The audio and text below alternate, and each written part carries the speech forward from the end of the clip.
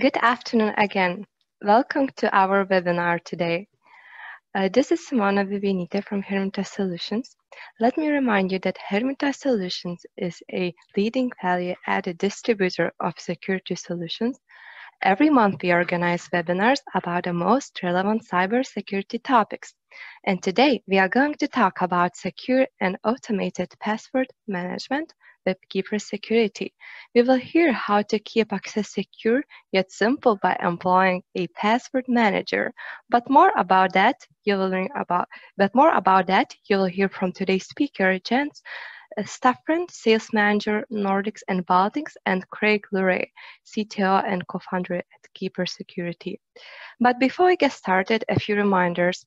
Every one of you is muted. If you get some questions during the webinar, please write them straight to the chat box or directly to us. Our email is info@hermitage.lt, and we will try to answer them all after the main part. And now I'm giving the floor to Jens. Enjoy the webinar.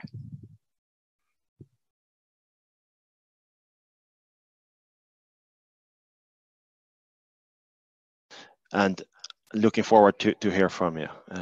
So first of all, today's agenda, I'm going to have a brief PowerPoint presentation, and then I'm going to hand over to my colleague Craig Luray, the CTO for Keeper Security, which is going to do a demo, and then at the end of the call we will have a Q&A. So as you can see here, business cybersecurity platform. We are representing a platform which, 2 seconds there. So who are we actually? Who are Keeper Security? We were founded in 2011 by Craig himself and his colleague Darren. We are based in North America, both in Chicago and in San Francisco. I'm based in Cork, Ireland, working with the EMEA, and then we have APAC as well. We have approximately 12 million users at the moment who's using Keeper Security, and approximately 8,000 business or companies who's using us. We have a triple-digit annual growth year on year, so we're growing extremely. And if you look at the employees at the Keeper, in January 2019, we were approximately 140 people. Now, in July, end of July, we were 180. And at the end of the year, Craig and Darren are aiming to go for 300 employees. So we are growing extremely fast due to the demand out there. As you can see, where are we? We are in a cyber war with all the how should I say, the attackers. Okay, all the organizations out there could be breached, and we see an extremely increase of attacks to both small, medium, and large enterprises. So as we can see, during 2018, approximately the cyber cost for each for companies in total was $450 billion. That's a huge amount of money, which a lot of companies have been hit by during 2018. You can see 70% of the security breaches go undetected for up to 12 months. Some companies even have up to 18 months before they can, or that they actually see that they have been breached. 90% of the employees' passwords, be aware of that, passwords can be cracked in 6 hours and less. And why is that? A lot of the passwords out there are 1, 2, 3, 4, 5, 6, or the name of the dog, and so on. It's extremely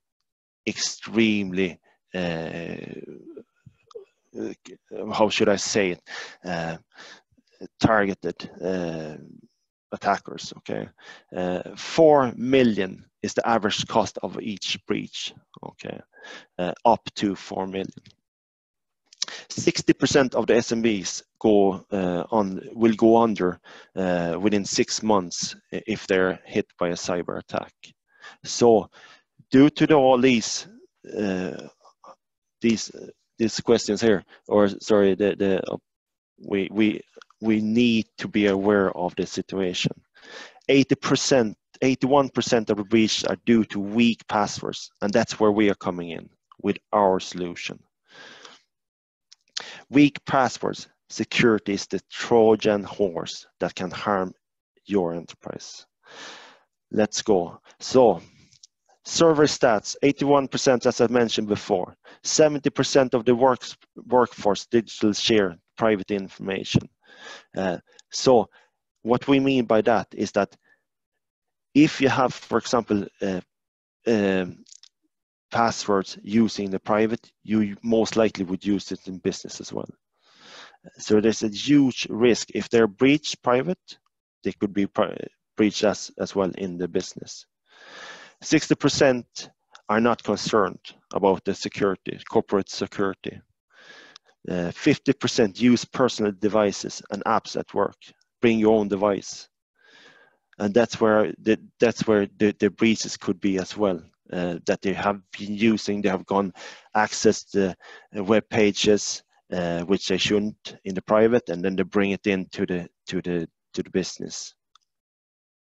45% change passwords only when requested, and that's an extremely important point as well, that they need to change password or have an extremely complex password, because today's attacks are very, very how should I say, very sophisticated. 80% of the passwords today are reused. So there are loads of stats. So where do we come in? Cyber starts with password security, and that's where we are. We are dealing with password daily. And that's something we're going to show in the demo where Craig is coming in and will show you. So the problem here, no visibility or control over employees' passwords. What do we mean by that? Today, each one has the password and they can create it how they want it. Nobody have any control over it, not the admin. It could be breached, yet most companies have no visibility, knowledge, or control over their employees' password security. That's where we will come in as well with our admin console to have control over the passwords. And then they have the paradox where people think, okay, we have a secure environment, and due to the situation, they don't think about security than the employees. And that's another problem we have. So Keeper is the leading enterprise grade, okay, and cybersecurity platform for preventing passwords related to data breaches and cyber threats. Okay, we cover all the devices from PCs, Macs, Androids, and Blackberries, and so on, Apple products.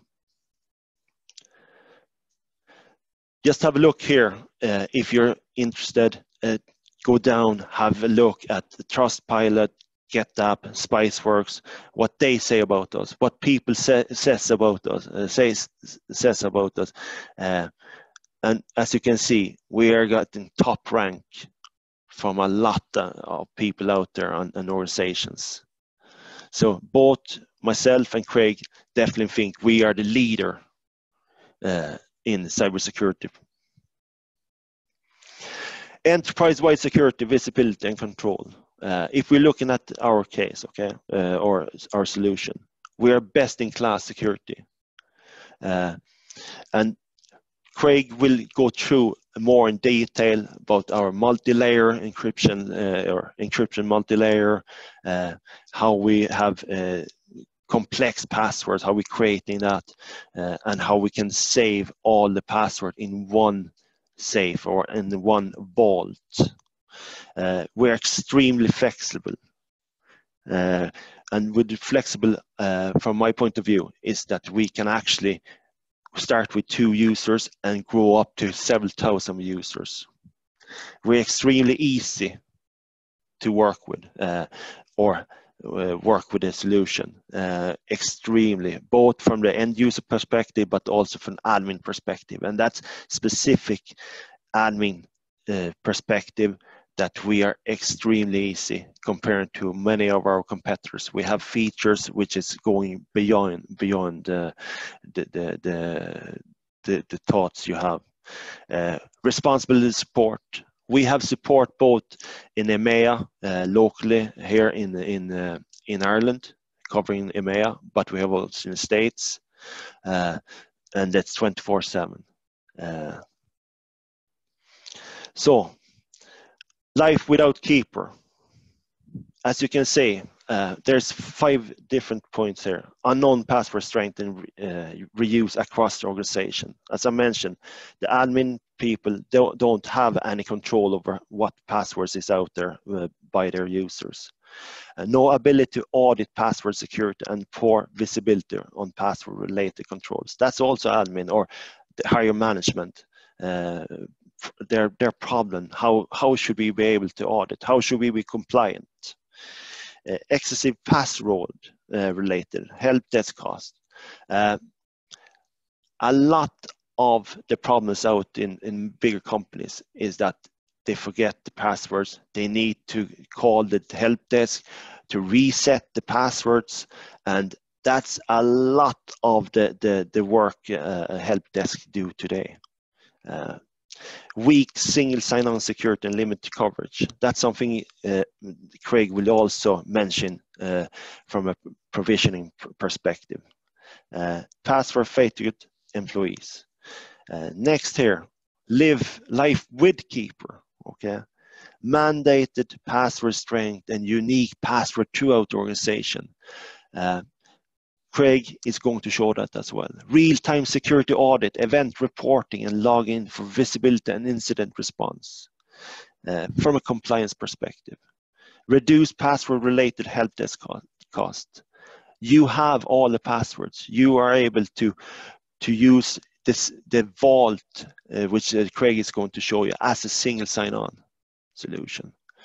I personally do use it as a single sign-on. I don't know the passwords. I just launch from my vault into web pages or into my CRM systems and so on.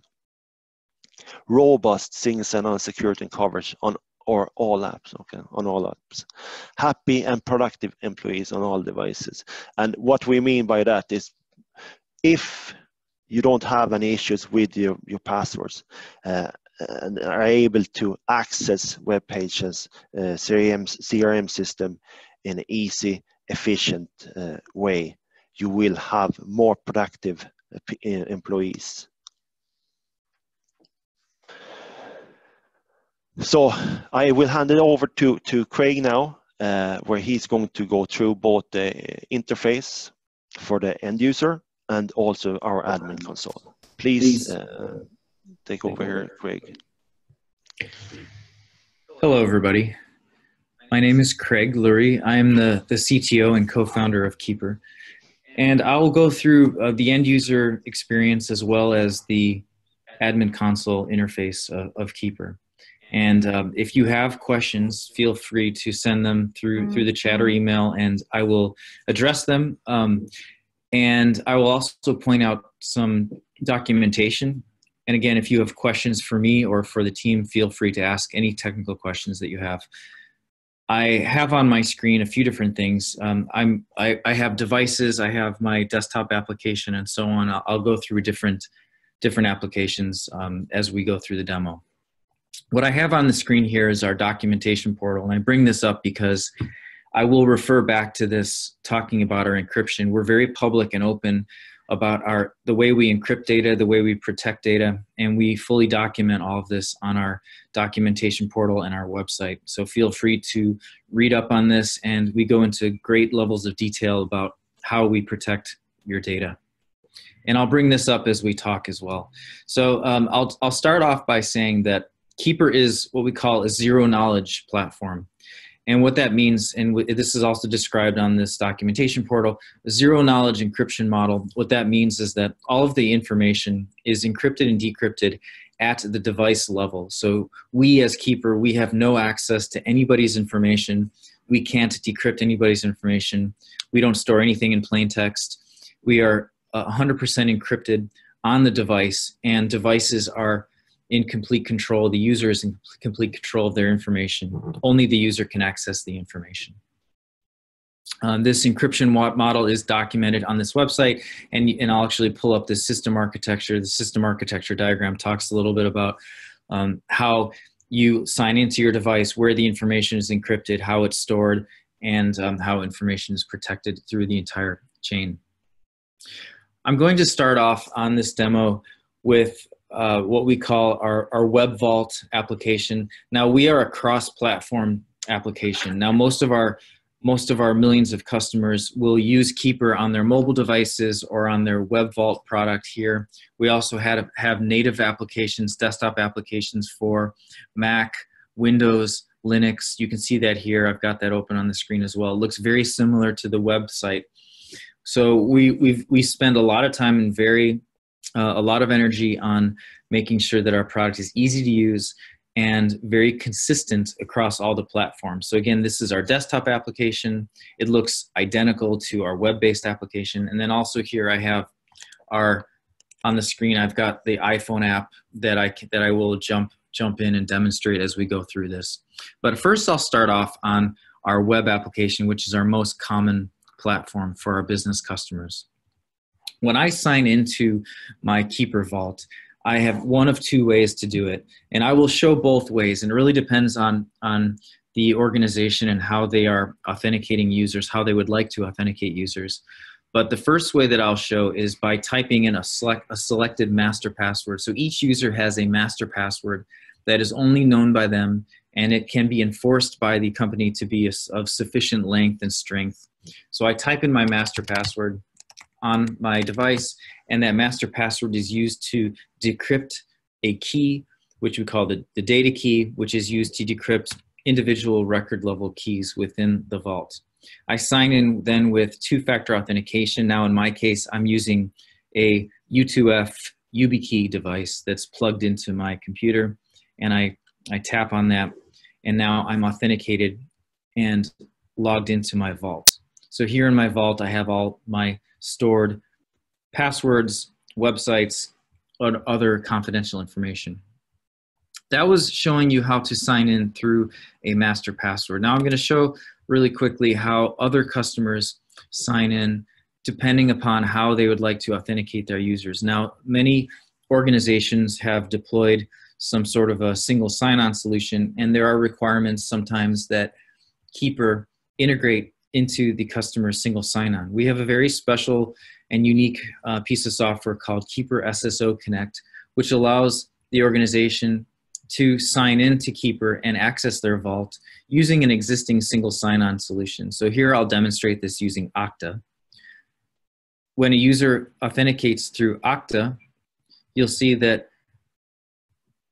Keeper SSO Connect opens up my Okta, and I authenticate into my identity provider. And this can be Okta, it can be Active Directory, ADFS, Centrify, Ping. There's many different identity providers. So we work with all of them. You authenticate into your identity provider, in this case Okta, and then you'll see here on the screen that I can then immediately two-factor authentication through my YubiKey, and I'm logged into my vault. Now, this is a very unique way that we've done this. So you notice that when I sign in through an identity provider, I do not have to use a master password. In this case, Keeper SSO Connect, which is on an on-prem piece of software, is automatically generating those strong encryption keys for the user. Now, I'll go back to my other screen here where I signed in with my master password. Now, here in my vault, I've got a few different ways of looking at my information. You can see I've got what we call our tiles view. So I've got my websites.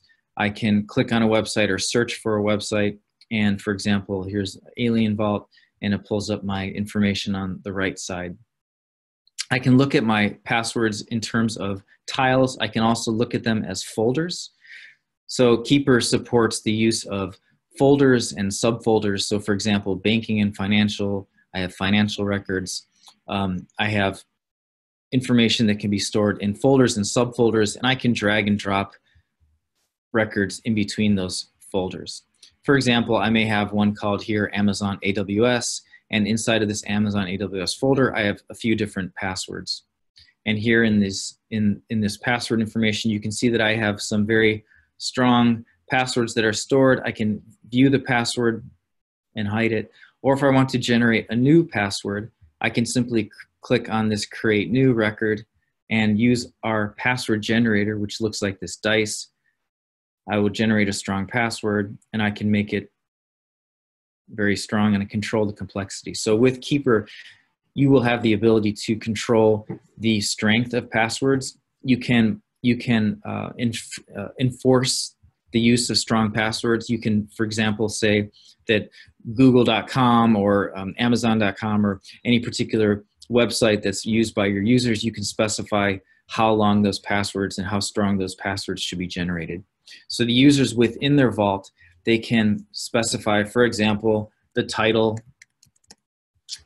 They can specify the web address, the password, the username, and they can also assign things like custom fields. So custom fields could be things like account numbers, they can be secret API keys, they can be any type of information that's stored in the vault, and it's all encrypted the exact same way as passwords. You can also store things like files and documents within your vault, things like secure documentation, access for systems, it could be identification, photos, any information that can be stored, it needs to be protected, can be stored in your vault. We also, and something new that's launching, in fact, this week, is the ability to even store two-factor authentication codes within your vault. So now you can authenticate into a site with a single factor and a second factor, two-factor code, which can be protected by your vault. So for example, I'll search for I have a Twitter password here, and this Twitter password you can see has a login and a password, and then I also have a two-factor code that is dynamically generated and stored within my vault. So inside of my vault, if I have, for example here, I may have 100 records that are in my vault. We actually encrypt every single record stored within the vault with a different encryption key. So we call that record level encryption. So here in my vault, if I've got 100 records, I have 100 record keys that is protecting my information.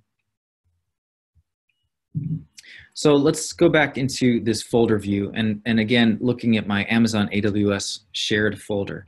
This is what we call a shared folder. A shared folder can be shared among a team or among individuals. So I can have individual records that are shared, or I can have folders that are shared, and there's different use cases for both.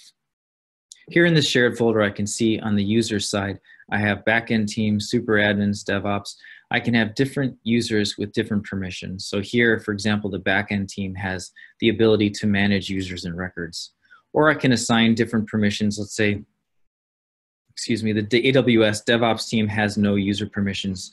And then you can specify things like what records are contained in that folder and assign different either read-only or edit or share permission to those records. Sharing has many different use cases. Again, you can share individual records. So I can go, let's say, into this particular AWS account, and I can go under options and go to sharing, and I can specify individual user that has access. In this case, this user has edit access.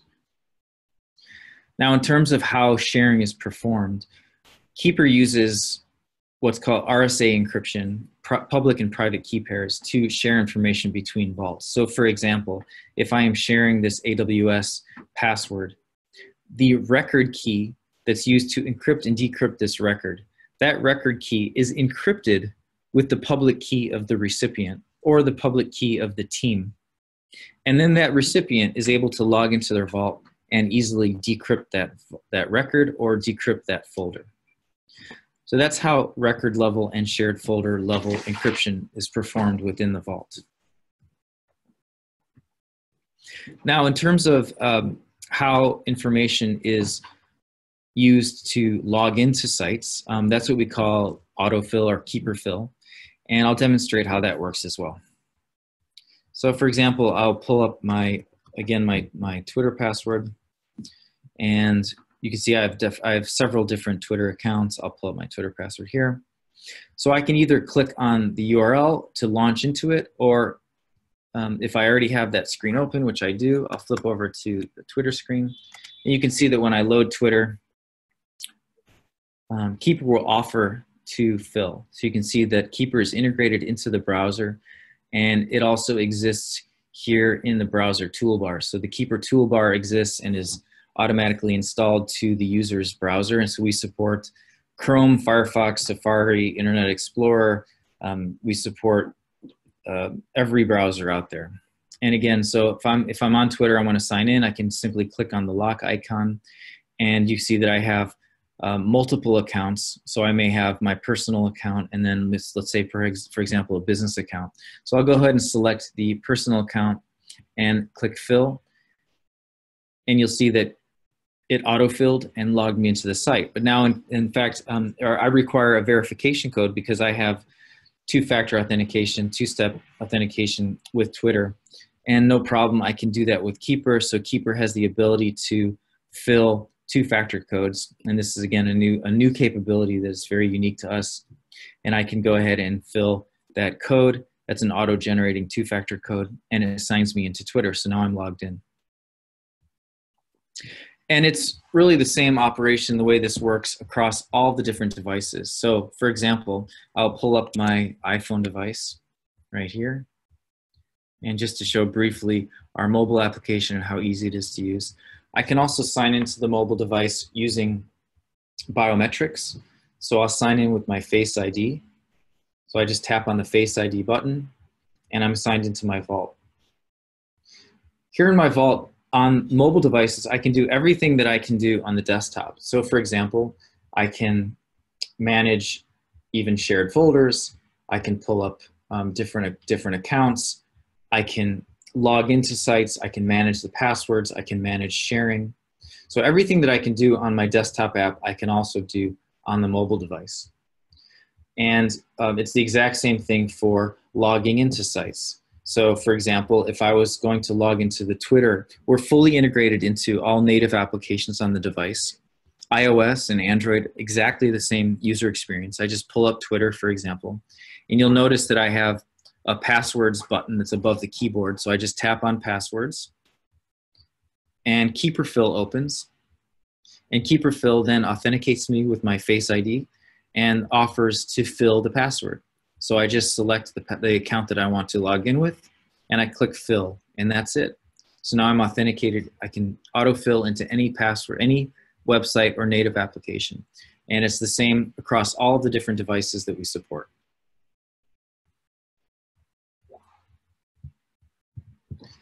Now, a common use case for our customers is the ability to separate between business and personal accounts. And you'll notice in the application on all the sign-in screens, here I can tap on the account and I can switch to, for example, a different account, craig@acmedemo.com. I can sign into that vault, or I can switch back to my demo account and log into this account with Face ID. So I have the ability to switch accounts, and this is very useful. For example, if you have a business vault and a personal vault. And so we recommend to users and to customers that you separate business and personal. You can share information between them depending on the policy of the organization. I'll go into the policies soon, but the bottom line is that we highly encourage the use of separate business and personal vaults. Now, going back to the web vault here, I'll touch on a few different areas of the end user interface. So the first thing I'll expand this left side, and I'll go to identity and payment. So in addition to storing passwords and secret documentation, we also support the ability to store personal information. So you have personal info, whether it comes to payment cards, credit cards, And this information, again, is also encrypted and protected within the vault. And this is used primarily for autofill. So if I'm on a website that I need to autofill payment information, I can do that very easily. Here is the security audit screen. The security audit takes a look at the security strength and the password strength of each individual password in the vault. So you can see that I have an 86% strength of my passwords, and it shows me which passwords are reused and which passwords are weak. Now, all of this information is also reported on the admin console for the administrator of the organization. I'll show you how that is monitored. Now, password strength is important, very important, and password reuse, to eliminate reuse through the use of unique and strong passwords on each site is very important. Now, you may have a very strong password, but let's say that that password was actually exposed on the dark web and breached by some other website. So let's say, for example, Adobe. Let's say that I have this Adobe password, and this Adobe password, even though it's very complex and strong, it's certainly possible that Adobe or some other popular website, they may get hacked, they may get breached, and the passwords of the users may get exposed publicly or on the dark web to hackers. Now, to defend against that possibility, we also deploy what we call a secure add-on product called BreachWatch. And BreachWatch is able to determine what records within your vault have passwords that have been breached or publicly available on the dark web, or have been consumed by hackers or cyber criminals. So for example, this Barclay card record that you see here, it has a password that's indicated as a high-risk password. What does high risk means? High risk means that the vault contains a password that was reported in a public website breach. So Keeper, we track over 5 billion passwords in our architecture, and this is a zero-knowledge architecture. We're able to determine whether a password stored in a user's vault is at risk of breach by containing a password that was exposed in a public data breach. And real quickly, I'll jump over to our data encryption model because many of you may have questions about how this is done and how this is performed. And this is fully documented here on our documentation portal. And again, this diagram, this encryption model diagram, will describe a little bit about how this works. The way this works is, you can see here on the left side here, this client application, this is the user signing into their application. We use PBKDF2 for key derivation, and then we use AES 256 for the actual password encryption, the symmetric encryption algorithm that's used to protect data. All of the user's passwords are hashed using HMAC 512 and sent through anonymizers. And those hashes are actually aggregated by our system and stored. And through the use of hardware security modules within our network, within our infrastructure, we use these hardware security modules with non-exportable keys. And hashes of the user's passwords are compared to hashes of the dark web breach data. The dark web breach data, which we aggregate, and we also process through these hardware security modules.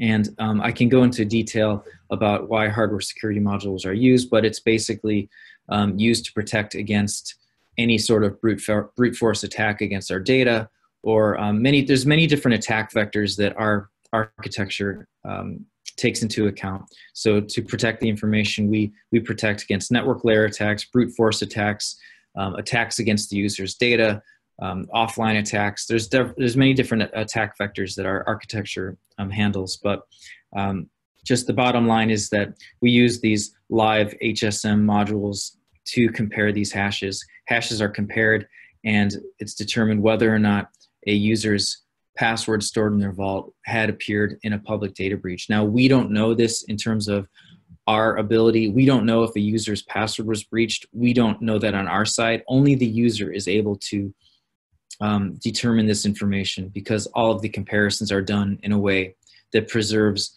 the privacy of users and preserves the the plain text and the encryption of the user's information. So we do not have access to it.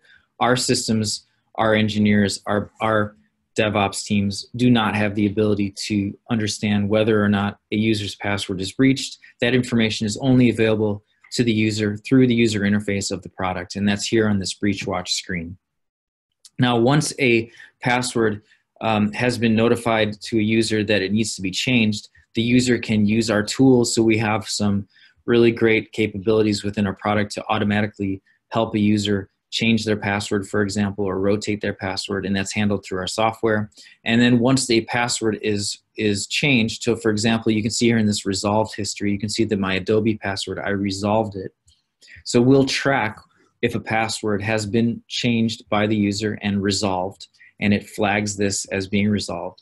And let's say in the future, if, and I'm not trying to pick on Adobe, but if Adobe became breached in the future and a password needed to be changed, this would then change and the user would be alerted. So our system is able to track the histories of passwords, when passwords have been breached, when they've been resolved. So that ensures that the user is always kept informed of the latest information about their passwords. Now, I'll show on the admin console that the administrator can also monitor the breached information across their user base. And I'll also describe just our security model and how that's also zero knowledge. But from the end user point of view, they're able to very easily, from their vault, determine if passwords need to be addressed, if they need to be changed, and they're notified within the application. So you'll see also on the mobile device, for example, when I sign into my mobile application, I'm notified right away. You see along the bottom, it says Breach Watch has detected risks, and I can go over to my Breach Watch screen, and that same information is displayed. It tells me that I have 12 passwords that need to be addressed. So I may pull up this Google account and I need to address this password, so I'll handle it, and it tells me exactly how to handle it. In terms of how we do password changes, just to kind of show you just real quickly, just an example of that. So I'll take Twitter again, and if I go to my settings and privacy, I'll go to my password. If I want to change my password, you'll see that Keeper notifies me, and it recognizes that I am on a site that needs that is requesting a password change. So if I say yes, that I'd like to change the password, Keeper then asks me, and this little module can be moved around the screen. I can then go ahead and put in, for example, my current password, and then it tells me to put in my new password and confirm my new password. So you see here that it just generated and rotated my Twitter password, and I just hit save and save it on the site, and it's been updated. And that's it. So that password change is then synchronized to all of my different devices in real time. And if this password happened to be shared with another user, which is a common use case, let's say a social media account like a Twitter password is shared among a social media management team or a marketing team, that password change is now reflected and synchronized across all of my different applications and devices. Now, you may ask, okay, what happens if someone changes the password and they mess something up and they change it and they don't tell anybody? That's completely covered by our platform. So there's never a risk of passwords being changed or lost. We have what we call record history. So here, if I go into the record history of this Twitter account, you'll see that I have 18 different versions of this password, when it was changed, what was changed, and I can always go back in time. So let's say if I want to have access to this Twitter password from August 13th, I can pull up this version and I can see what this password was, and I can even restore this password. So Keeper, our architecture, allows the full history and storage of every change that's ever made to any password across all users and all shared users among the organization. And you never are at risk of losing data. We also have this deleted items, which is the last thing I'll show here on the user interface, but you can also go into the deleted items and you can restore records, let's say, that had been deleted, and you can undo those deletions. Now, we have protections in place to make sure that an employee doesn't just go into their vault, delete everything, and empty the trash. There's rules and enforcement policies that prevent that type of behavior. But the bottom line is that no information is ever lost, and you always have the capability of restoring information that may have been changed or deleted within the system. Okay, so that is the Web Vault and the end user experience across web, desktop, and iOS devices. Oh, one last thing that I will touch on is two-factor authentication. Now, I did show this when I signed in, but here under the settings for the user, I have many different security settings, and I am able to set up different forms of two-factor authentication. So in this case, I have a TOTP default method for my two-factor authentication. I also have a security key. So we support U2F-based security keys, like a YubiKey device, but most users will set up either text message or a Google Authenticator. We also are fully integrated into RSA Secure ID and also Duo Security. So we're a partner of RSA and Duo. We have very strong integration with these platforms, and we're able to integrate fully. Yes, so the question was whether or not we allow access to a password without showing the password. Yes, we do, and I'll show how that's set up, and that's called password masking. How do I get rid of this? So password masking is an enforcement policy, and I'll show you how that's configured on the admin console. So in that case, you can provide access to a shared password, but they have restricted ability to actually view the password. They can only simply log into sites and autofill into websites, but they will not have the ability to view that password. And I'll show how that's configured when I go into the admin console. So that's a good time to do that. So I'll jump over to the Keeper admin console. The admin console is a separate application. This is also a web-based application where the Keeper administrator rolls out and controls access to the Vault platform and also controls what users can do, how users are provisioned, what actions they can take, what's their security levels, what's their policies. That's all configured here through the admin console. So I'll sign into the admin console with my demo account. And here in this case, I'm signing in with a master password. It can also be integrated with single sign-on, and it can be also integrated, and we highly recommend you integrate with two-factor authentication. In my case, I'm using a YubiKey U2F device. I'll point out here the key areas of the Keeper admin console. The first place that I'm taken to here is my dashboard. So here on the dashboard, you'll see that Keeper tracks all of the different events that can occur within the system. So we track over 80 different event types, and that's anything from logged in to opened a record, anything like that. So any of the actions that users can take within the platform. And I'll just drill in a little bit here and show some of the user actions that are being taken care of here in the platform. So logged in, opened a record, failed login, updated record. So we track all of this information, and you can perform reports to monitor usage of the platform. I'll drill into this recent activity report. Now, this is our advanced reporting engine, which we call our advanced reporting and alerting module.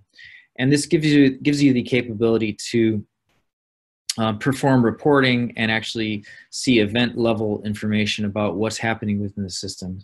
Now, we are a zero knowledge platform. It's even zero knowledge from the administrator. So the administrator can't simply decrypt a user's vault. We do not allow that. The encryption model doesn't support that. But what the admin can do is flag specific records that they have shared access to, and they can monitor the usage of those particular passwords, or they can just look at the overall usage of the organization and look at high-level statistics about passwords, password strength, breached passwords. But we do not simply allow an administrator to just look at someone's vault.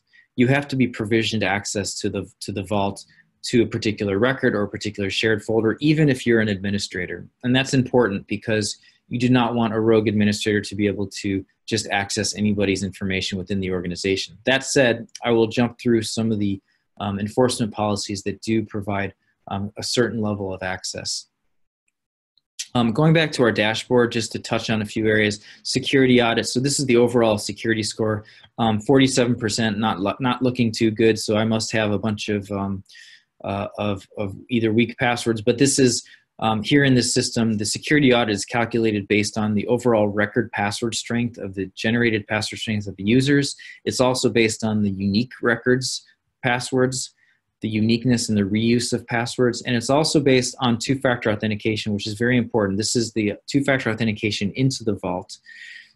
We can enforce the use of that, so you can actually make this 100%. Highly encouraged, but as you can see, that has a large effect on the overall security score. And then also we have breach watch. I'll go into some of these detailed screens. So here in the security audit, again, this is the overall security score showing 47%, but 91% record password strength, unique record passwords, and then two-factor authentication. And so I can look and see what are the different users in my platform, how are they authenticating into the Keeper Vault, what's their method of two-factor authentication, and I can track the security score of the organization. Here in Breach Watch, this goes into, again, this is zero knowledge, so we're not actually showing passwords here in the console, but you're able to drill in and see what users have what number of records at risk. So you can see Craig, that demo account, I have 12 records at risk, 70 passwords that passed that are not at risk, and none that are ignored. But this user had one ignored record. And ignored could mean that the user acknowledged that a password may have been a password that could be breached on the dark web, but maybe it's something that is like a 1, 2, 3, 4, 5 because it's their bicycle lock code or something like that. You know, they may choose to ignore certain records. So these types of things can be monitored by the administrator. Now, that's at the, now again, you can't, as an admin, you can't just simply decrypt a user's information, but what you can do is you can go through and perform administrative duties on the users and provision users, and also do things like transfer the vault from one user to another. And I'll show briefly how that's done. Here in the administrative console, you can onboard all your users. Now I'll just point out just quickly in terms of how you onboard your users. There are several different ways of doing it. You can organize them into divisions, into regions. We call these nodes here on the left side. Now, all organizations may not use nodes, only maybe larger organizations use nodes. This allows you to separate out different administrators among different organizational units. So you've got users, then you've got roles. Roles define the permissions and the policies that those users can do within the vault, how they can access it. Then you've got teams. Teams are used for sharing. So you saw that I had some, for example, Linux admins or super admins, and you can see that I have users within these teams. And this is specifically around the use of sharing and shared folders. One of the participants here asked about restriction of records, the viewing of passwords, and so that's a team level restriction you can see here. So I called this team restricted no view. And this is where you control whether users can view passwords, and that's this restriction right here. So that answers that question. Just to touch on how users are provisioned, there's different ways of provisioning users. Now, the most simple way of doing it is to simply go to the users and click on Add Users and just type in the name and the email address, and they'll receive an invite to the platform. But as organizations grow, they may now want to do it one by one. So we have provisioning methods that are very advanced, and you just click on Add Method, and here you can see different methods of provisioning and authentication. For example, Active Directory. So we have an Active Directory and LDAP syncing software that will provision users based on their security groups and structure of their Active Directory. And this is something that many organizations who use Active Directory are using, and I'll just quickly bring this up. This is the Keeper Active Directory bridge interface. This sits on their an Active Directory connected workstation or server, and it allows them to provision out and automatically map users, nodes, roles, role enforcement teams, all the way from Active Directory all the way to the Keeper admin console. So that's the Active Directory. We also support SAML 2.0 single sign-on. So this could be anything from Okta, ADFS, Centrify, Google. We're fully integrated Azure. For example, we have an Azure application. So you integrate an Azure Active Directory with Keeper. We support SCIM protocol, and sometimes they call this automated provisioning, API provisioning. Okta calls it, so they all call it something different, but this is a protocol for automatically provisioning users through an identity provider or directory. We also support for very large organizations or for universities, for example, we support email auto provisioning.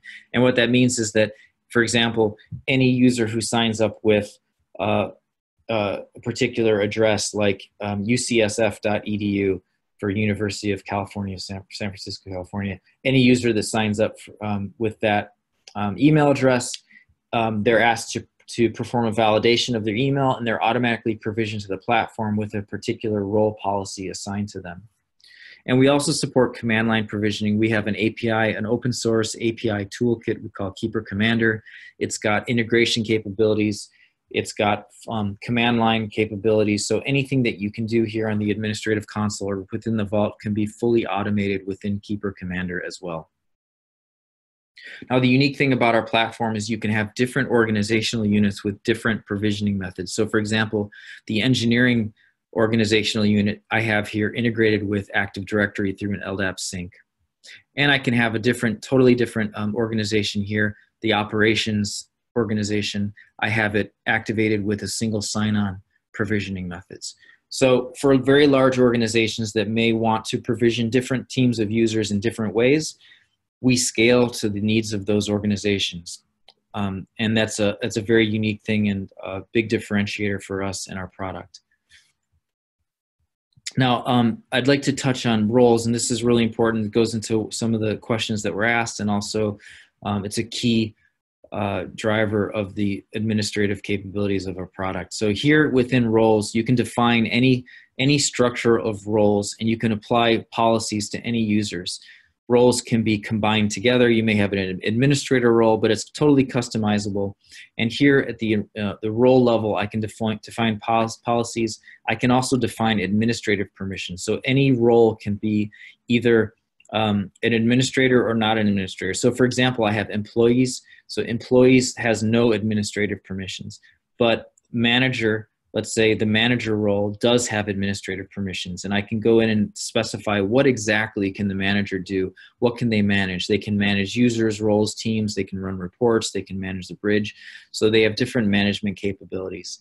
I'll go into the employee role and now look at enforcement settings. And these are the enforcement policies that you're going to roll out to your users in terms of how they can access the vault. What can they do? You can specify the master password complexity. This is very commonly done. This is the first thing that a customer will typically set up. So you can specify the complexity level of the master password. You can set the master password to expire. That's really a selection that you can make. You can then choose things like two-factor authentication. So I can enforce the use of two-factor authentication to access the vault. I can get very specific in terms of what methods of two-factor authentication I can use, how long the tokens stay valid. I can change different 2FA methods between, for example, mobile apps, web apps, and desktop apps. I can enforce different levels of two-factor authentication.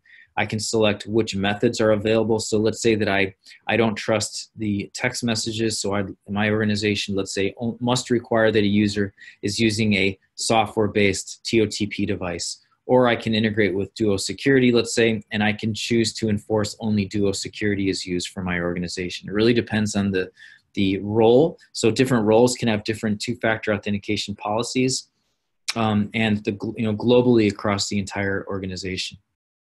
I can define what platforms these users can access. So I may want to restrict the access of the vault to just desktop devices, or I want to allow just the web vault. So it depends on, again, the role and the security policies of the company. I can prevent the user from doing certain things, from creating folders, I can define things like password complexity. There's a lot of policies here that we've developed, and this is basically anything that that has been a requirement for our customers over several years that we've been selling this enterprise product in the market. We move very quickly, and we listen to our customers, and we address all of the policies that they need to enforce. And for example, this generated password complexity, you can specify at a specific domain, or using wildcards or regular expressions, you can define the password complexity levels that must be adhered to for different websites or different services, and that's enforced across all of our different applications. You have the ability to restrict sharing. Now, this is another common restriction. So depending on the use case, depending on who the users are, you may want to restrict the ability for users to share. So you can specify they can share inside, they can't share outside, they can't export records. So you can get very specific on what they can do, what they can't do. You can provide offline access or not. So by default, our product does have offline access. You can access your vault, decrypt your records completely offline, but you can choose as a customer, you can choose a role policy, for example, to restrict that. You can also do IP whitelisting. So if you have administrators that only should access their vault from a specific IP range, you can configure that. And you also have what we call transfer account, which is a very key and important policy, which can specify that a particular role is able to transfer the vault of an employee that leaves the organization. And this is a very secure and zero knowledge capability, which gives you the ability and flexibility to define what roles in the organization are able to transfer other roles. So for example, the engineering manager may be able to transfer the role of an engineer, but the manager may not be able to transfer the vault of, let's say, the CEO or the CTO. So you can define capabilities at the way that the organization is structured. So that's the role policies. And we've touched on many of the key areas of the product. I think I only have about 2 minutes left. So I think there was a question. Hi, Craig. Actually,